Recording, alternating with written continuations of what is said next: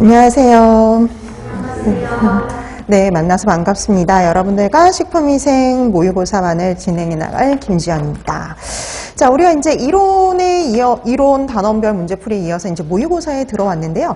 우리 아무래도 이제 단원별 문제풀이하고 좀 모의고사는 성격이 좀 다르죠. 그래서 단원별 문제풀이는요, 우리가 이론에서 했던 내용들 복습도 하고, 그 다음에 문제 경향도 파악하고, 이런 것들이 좀 더 위주였다면, 모의고사는 정말 내 실력이 어느 정도 되는지 점검을 하고요. 실제 시험 보는 것과 같이 여러분들이 연습해 볼 수 있는 기회가 주어지는 게 바로 모의고사형이다라고 생각해 주시면 좋을 것 같아요. 자, 그래서 이 모의고사형에서도 되게 중요한 게 바로 뭐냐면요, 예습이라고 생각해 주시면 좋을 것 같습니다. 자, 그래서 예습은 반드시 해주셔야 되는데요. 우리가 보통 하루에 3회 분량씩 나갈 거예요. 그래서 여러분들이 1회에서 오늘 같은 경우는 이제 3회까지 미리 풀어가지고 오시면 되는데, 이거 할 때 그냥 하는 게 아니라 꼭 시간 체크를 해주세요. 그래서 내가 이걸 몇 분 내에 풀 수가 있는지 시간 체크 꼭 하고, 그 다음에 이제 되도록이면, 왜냐면 이제 어떤 시험이 됐든, 식품위생만 단독으로 보는 게 아니라 다른 과목들도 같이 보잖아요.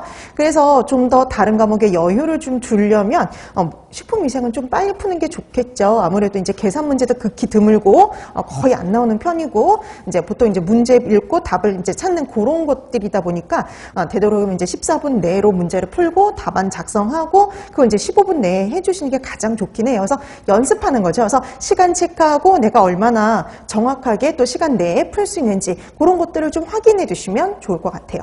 자, 그래서 시간 체크 꼭 해두시는 거. 자, 근데 우리 책에 있는 거 지금 9회밖에 없죠. 그러면 그럼 3주 분량인가? 그게 아니라요. 다음 주부터는 1회 분량씩이 더 나올 거예요. 그래서 다음 주 우리 1주차에는 오늘은 1에서 3회까지 첫 주라서 그냥 1에서 3회까지 여러분들이 풀어오시는 그걸로 하는데요. 다음 주에는 여러분들이 4, 5회만 풀어오시면 돼요. 그러니까 우리가 항상 이제 문제를 다 내놓고 나서 하면은 나중에 보니까 좀, 이 문제도 좀 넣을 걸, 이렇게 생각이 되는 것들이 자꾸 생기더라고요. 그래서 다음 주부터는 1회 분량씩이 더 나갈 거예요. 1회 분량씩. 그래서, 지금 현장에서 이제 수강하시는 분들은 조금 일찍 오셔가지고, 15분 정도 일찍 오셔서 문제 좀 풀어두시고요. 그 다음에 동영상 강의를 수강하시는 분들은 출력을 해서 미리 풀어두시면 됩니다. 자, 그래서 그러면 다음에는 3주차에는 6, 7회. 그 다음에 이제 4주차에는 8, 9회를 이렇게 미리 풀어오시면 되겠죠. 자, 그래서 이렇게 예습해 오시는 거 꼭 잊지 않으시면 됩니다. 그래서 여러분들이 시간 체크하는 거. 자, 근데 이렇게 빨리 푸는 것도 되게 중요하지만 여러분들이 뭐 하는 것도 되게 중요하냐면요, 실수를 하지 않는 것도 되게 중요하거든요. 그러니까 내가 분명히 이거 아는 내용이고 내가 다 아는 건데 실수로 틀리는 경우가 있어요. 그래서 여러분들이 두 번째 할 거. 실수를 하지 않는 거, 실수를 줄이는 거예요. 여러분, 이게 제일 중요해요. 그래서 여러분들 우리 보면은 이 식품위생은요, 합격자들이 거의 식품위생은 다 맞거나 많이 틀려봤자 한 문제 정도 틀리는 정도예요. 그래서 두 문제 틀리는 순간 이게 합격에서 좀 거리가 멀어질 수 있다라고 생각을 하셔야 됩니다. 자, 그래서 여러분들이 실수를 줄이셔야 돼요. 그래서 내가 알고 있는 거를 거의 120%, 200% 활용을 해서 실수를 안 하고 답안을 찾아가는 연습을 하셔야 돼요. 그래서 내가 알고 있는 걸 최대한 활용해서 문제를 푸는 거, 그거 연습하시는 거. 자, 그 다음에 여러분은 세 번째 하실 게 바로 뭐냐면, 말씀드렸죠. 최근 문제들의 경향들을 보면은 문장이 좀 긴 문장들 있잖아요. 긴 문장들은 거의 출판된 식품위생 이론 교재들에서 출제가 된다라고 말씀드렸죠. 짧은 거는 그냥 이렇게 내는데, 긴 문장, 긴 호흡을 갖고 있는 문장들은 대체적으로 다 그런 교재에서 그냥 발췌를 하거나 아니면 일부분들을 이렇게 합쳐서 한 문장을 만들거나 보통 그렇게 하거든요. 자, 그래서 제가 말씀드렸던 거 있었죠. 이론 교재 한두 개 선택을 해서 소설책처럼 읽어라 라고 말씀드렸죠. 왜 책마다 똑같은 내용을 좀 약간씩 다르게 표현을 하잖아요. 그걸 보고요, 감을 익히라는 소리거든요. 그래서 우리가 새로운 문제집을 사서 푸는 거 절대 중요하지 않아요. 이론, 시중에 나와 있는, 저는 시중에 나와 있는 문제집들은 다 별로라고 생각을 하거든요. 그래서 웬만한 애들은 좀 우리하고 경량도 거리가, 분명히 식품위생직, 식품위생인데 지금 현재 나오는 문제 경향들과도 거리가 좀 있고요. 옛날 문제들도 좀 많고, 이제 그런 것들이 많다 보니까 그런 문제집 푸는 것보다는 이론 교재를 한두 개 사서, 최근 거를 사서 읽어보는 게 훨씬 더 좋다라고 말씀을 드리는 거예요. 왜냐하면 특히 경기도라든지 최근에 다른 곳들도 마찬가지 보면은 긴 문장들은 다 거의 책에서 그대로 나왔다라고 보시면 됩니다.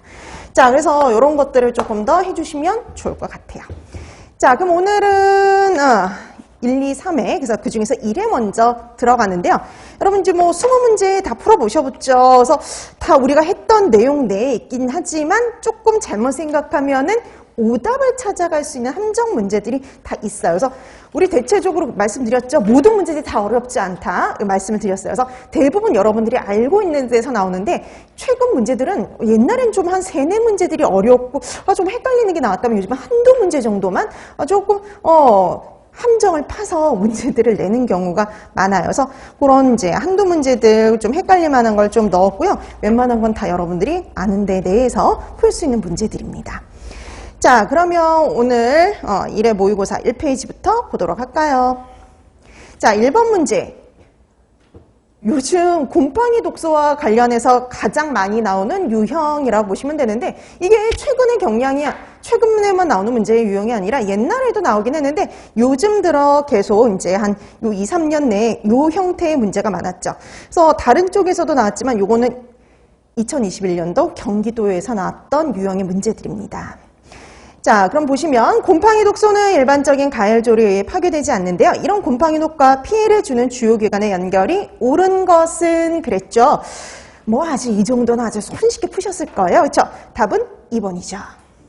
자, 2번 찾았으면 제대로 찾았죠. 오크라톡신 A, 신장과 간에 문제를 일으켰었어요. 자, 그 다음에 제아랄레논 봐주시면은 얘는 간이 아니라 생식장애였죠. 생식장애를 일으켰었고요.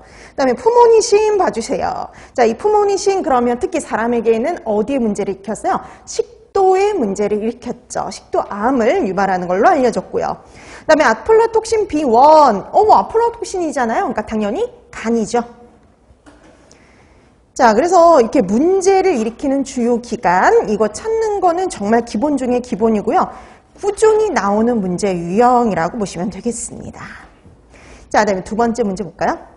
자, 우리 법규 쪽과 관련해서 가장 바뀐 것 중에 주요한 내용 중에 하나가 바로 뭐냐면요. 소비 기한이 바뀌는 거죠. 올해. 그래서 TV에서 나올 정도로, 뉴스에서 나올 정도로 이렇게 법규 바뀐 게 이렇게 나오는 거는요. 드물잖아요. 그래서 이제 소비 기한과 관련된 문제를 한번 내봤습니다. 자, 그래서 식품 등의 표시, 광고에 관한 법률, 식품 등의 표시 기준상, 소비 기한 표시에 대한 설명으로요. 옳지 않은 것은 그랬습니다. 옳지 않은 거예요. 자, 요 문제도 잘 읽으면 답이 있긴 있어요. 잘 읽어보셔야 돼요. 자, 이 중에서 항상 여러분 항상 그렇게 생각하시면 답은 하나다. 그 중에서 가장 옳은 것, 가장 옳지 않은 것을 찾아주시면 돼요. 자, 그래서 우리 실제 시험 볼 때도 여러분 거기에 앞장에 그렇게 나와 있어요. 답은 하나고 그 중에서 가장 옳은 것, 가장 옳지 않은 것, 답에 가장 가까운 것을 찾아라 라고 되어 있습니다. 자, 그래서 요 문제도 그렇게 가장 답에 가까운 것을 찾아주셔야 되는데요. 자, 1번 문제부터 보시면 자, 소비기한은요, 식품 등에서 표시된 보관 방법을 준수할 경우 섭취하여도 안전에 이상이 없는 기한을 말한다. 그 다음 2번, 즉석 섭취식품 중에서요, 햄버거, 샌드위치, 김밥 등은요, 제조일, 제조 시간과 함께 소비기한을요, 몇 월, 며칠, 몇 시까지로 표시해야 됩니다. 그 다음에 3번, 소비기한은요, 소비자가 쉽게 알아볼 수 있도록 바탕색과 대비되는 색상으로 반드시 주 표시면 또는 정보 표시면에 10포인트 이상으로 표시해야 돼요. 자, 그 다음에 4번, 소비기한이 서로 다른 각각의 여러 가지 제품을 함께 포장하였을 경우에는요, 그중 가장 짧은 소비기한을 표시해야 됩니다. 자, 다 그럴싸하지 않아요? 그렇죠? 다 그럴싸하죠. 그럼 이 중에서 가장 옳지 않은 건 뭐냐? 3번이요. 3번입니다. 자, 그래서 만한 문제로 하나 넣은 게 2번이라 보시면 돼요. 헷갈릴 만한. 좀 알고 있고 여러분들이 다 소비기한 이제 이번에 바뀐 거 알고 이 소비기한이 뭔지 알고 우리 책에 다 있었던 내용이긴 해요. 자, 근데 이거를 꼼꼼하게 읽어보지 않으면 틀릴 만한 문제가 이거거든요. 그럼 한번 보실래요? 자, 우선 1번 소비기한에 대한 말 맞죠? 그 다음에 2번 보세요. 오늘 나눴던 1페이지와 함께. 자, 우리 거기 소비기한 표시해야 되는 식품의 유형들 있죠? 그거 한번 읽어봐 주시면 되고요. 자, 그 다음에 그 표 밑에 보면 이렇게 되어 있죠? 즉석 섭취 식품 중에 우리 몇 가지 있었잖아요. 도시락, 김밥, 햄버거, 샌드위치, 초밥. 얘네들은 제조일과 제조 시간도 같이 표시하고 그 다음에 몇 월 며칠까지만 하는 게 아니라 몇 시까지 표시를 했어야 됐었죠. 맞는 얘기입니다. 그래서 햄버거, 샌드위치, 김밥? 예, 다 표시해야 될 애들이에요. 자, 그 다음에 3번. 소비 기한은 소비자가, 요건 왜 틀렸냐면요. 오늘 나눠드렸던 프린트 1페이지에 소비 기한 또는 품질 유지 기한 표시에서요. 몇 번을 보시냐면 6번 봐주실래요? 6번. 자, 6번을 보면은 소비 기한 또는 품질 유지 기한은요. 그러니까 기본적으로 주표시면 아니면 주표시면 아니면은 정규표시면을 표시하는 거 맞아요. 근데 주표시면 또는 정보표시면을 표시를 하기가 곤란한 경우가 있어요. 거기다가 표시 못하는 경우 있잖아요. 그러면 그런 경우에는 해당 위치에다가 주표시면 또는 정보표시면에다가 소비기한이 어디 표시되어 있는지 표시 위치를 명시해주면 돼요. 반드시 거기에다 할 필요는 없어요. 자, 그래서 예외가 있습니다. 반드시 거기 그냥 기본적으로는 원래 거기다 하는데 그렇게 못할 경우에는 어디에 거기를 표시해놨는지를 명시해주면 돼요. 자, 그래서 반드시라고 들어가 있으면 의심을 좀 해볼 필요가 있습니다. 자, 그 다음에 우리 그 소비기한이 됐든 기본 식품 등의 표시 기준에 의한 거는요, 우리 10포인트가 기본이었던 거 기억나시죠? 네, 10포인트가 기본은 맞아요. 근데 이제 반드시가 들어가서 틀린 거죠. 그러니까 기본적으로 주표시면 정보표시면을 표시하면 되는데 만약에 그렇게 못할 경우에는 아닐 수도 있다는 거예요. 그래서 어디에 표시했는지 표시만 해주면 됩니다. 명시해주면 됩니다. 자, 그 다음에 여러분 우리 또 요거 같은 경우 10번도 한번 봐주실래요? 소비기한이 서로 다른 각각의 여러 가지 제품을요 함께 포장했을 경우에는요 그중 짧은 소비기한을 표시해주면 돼요. 더 긴 거를 표시하면은 그 둘 중에 하나는 또 짧은 애는 벌써 소비기한이 지나버렸을 수 있잖아요. 그러니까 당연히 짧은 거를 표시를 해줘야 되겠죠.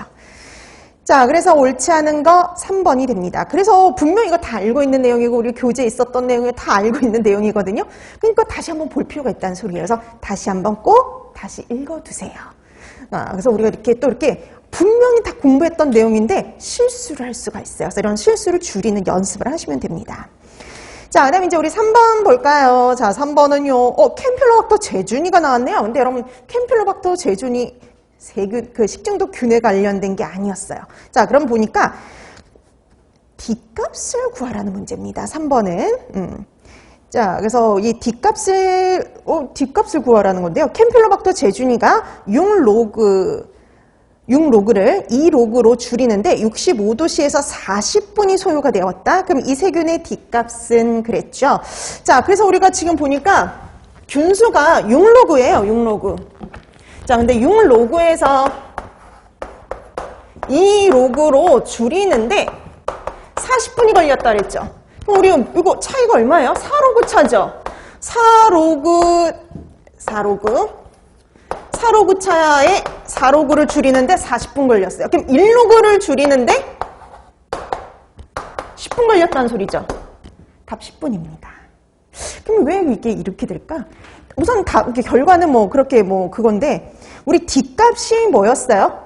일정 온도에서 미생물을 90% 사멸시키는데 걸리는 시간이었던 거 기억나세요? 그럼 여러분 6로그라는 거는요 좀 더 계산하기 쉽게 말하자면 10의 6승을 의미하죠. 이거 10 생략된 거거든요. 자, 그래서 10의 6승을 의미해요. 그럼 10의 6승의 90%는 얼마냐? 곱하기 0.9죠. 그럼 이거 어떻게 돼요? 9 곱하기 10의 5승입니다. 그러니까 얘가 9 곱하기 10의 5승 감소하는데 걸리는 시간 이거죠. 그러면 90%가 감소했으면 얼마가 남았을까요? 10%가 남았죠. 그러면 10%가 남는 게 얼마냐면 1 곱하기 10의 5승입니다. 그러니까 10의 5승으로 줄어드는 데까지 걸리는 시간 이 소리죠. 네, 여러분 그럼 이게 10의 5승은 얼마냐면 5로그가 되는 거죠.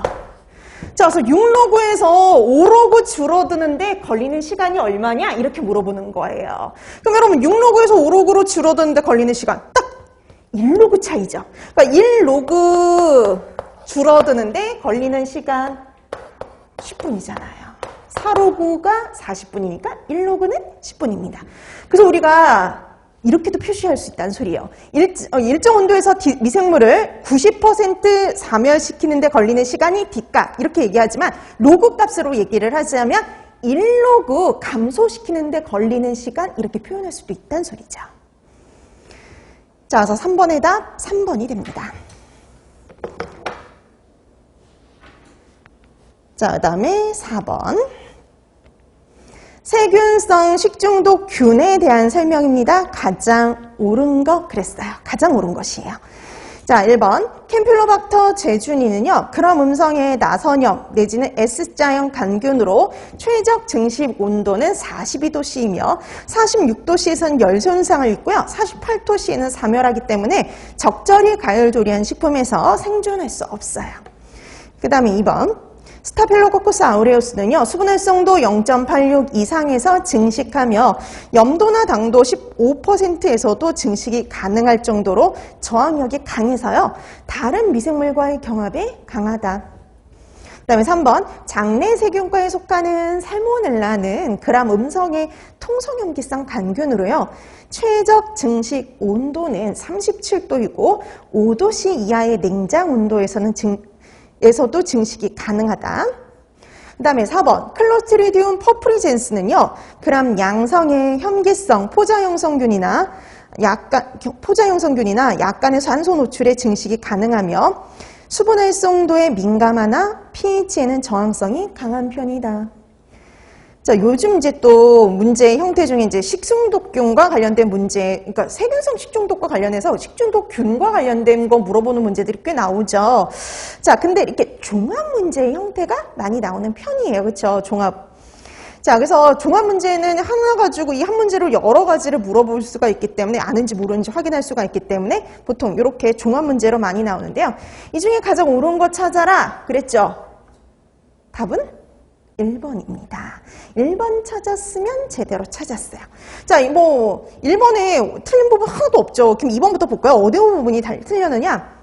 수분활성도 0.86 이상에서 증식하며 염도나 당도 15%에서도 증식이 가능하죠. 우선 뭐 내염성도 있고 건조에도 강하고 그랬었잖아요. 이런 식으로 저항력이 강하기 때문에 다른 미생물과의 경합에 강하다. 이렇게 연결하면 절대 안 된다 그랬죠. 내염성, 건조 이런 거에는 강하지만 다른 미생물과의 경합에는 약한 편이라고 얘기를 했었어요.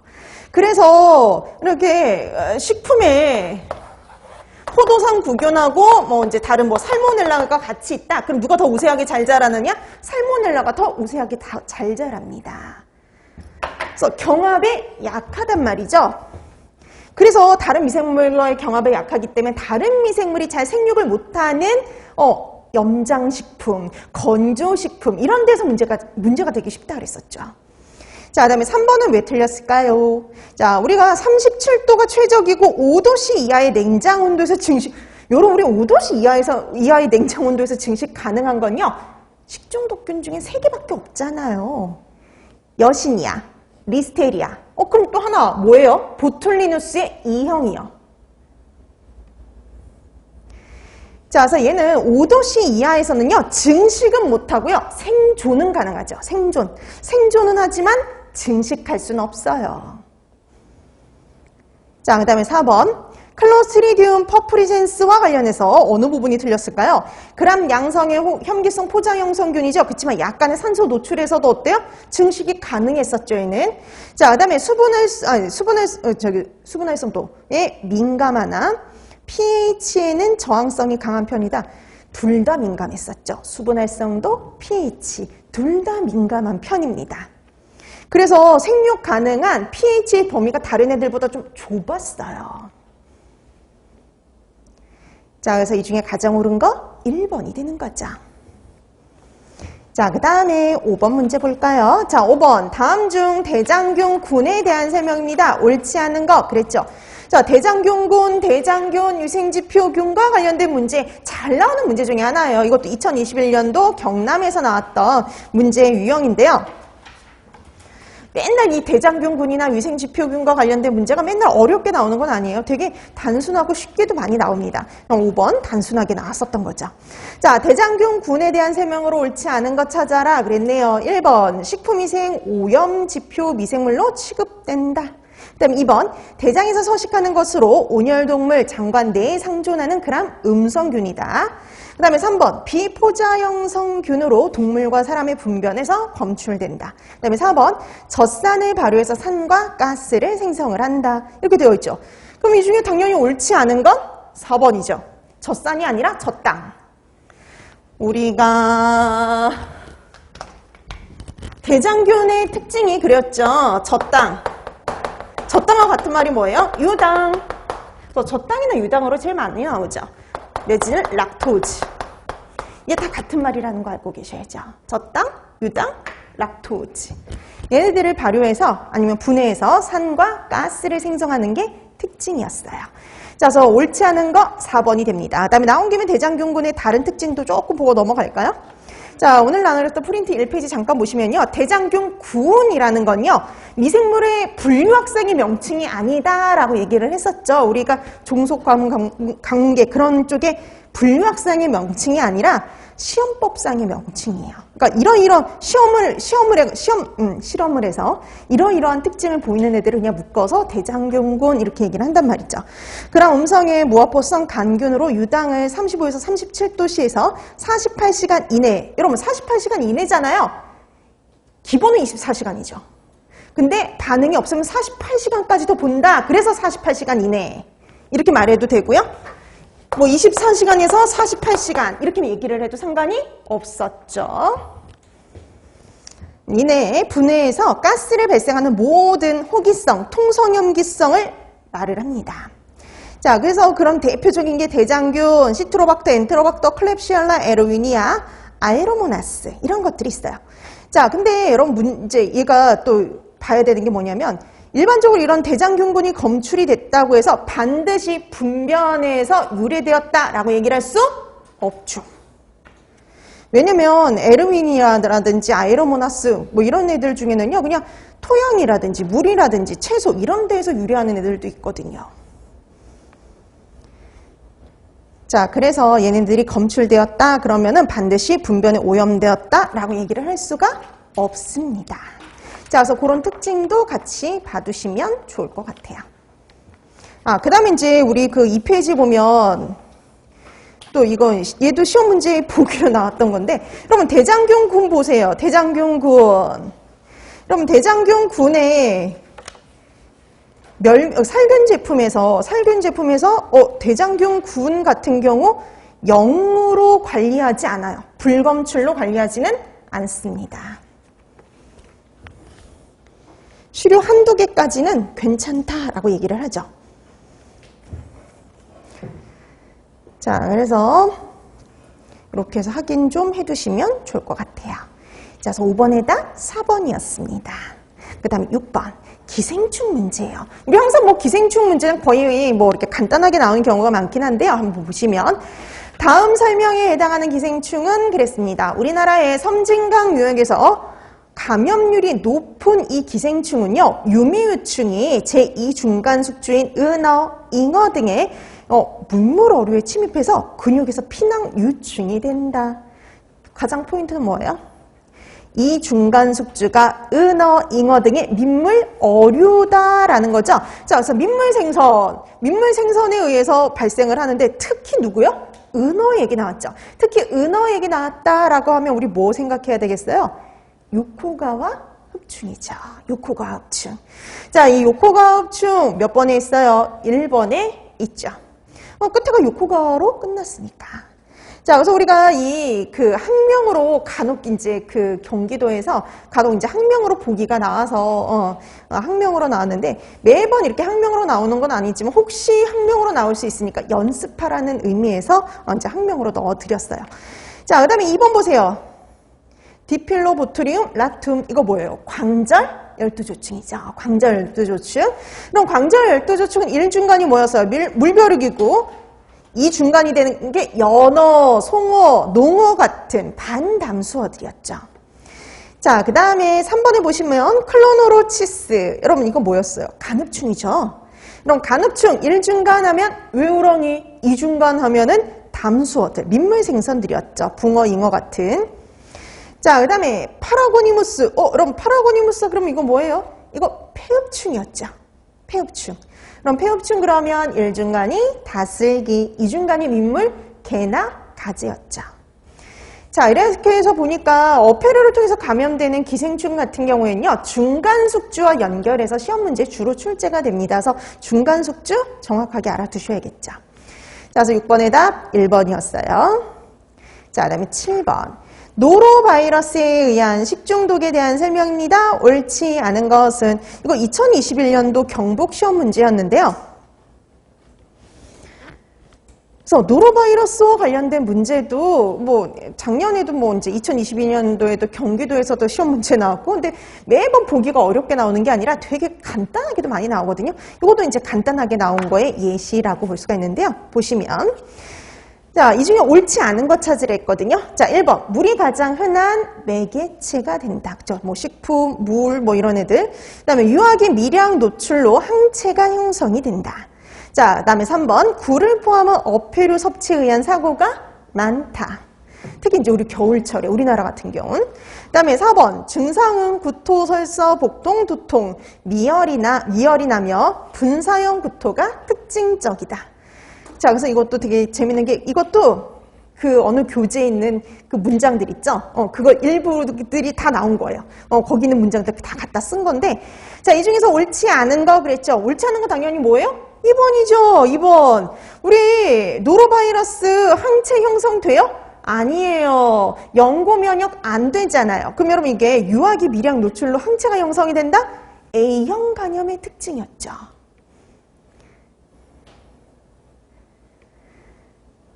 자, 그래서 7번의 답 2번이 되죠.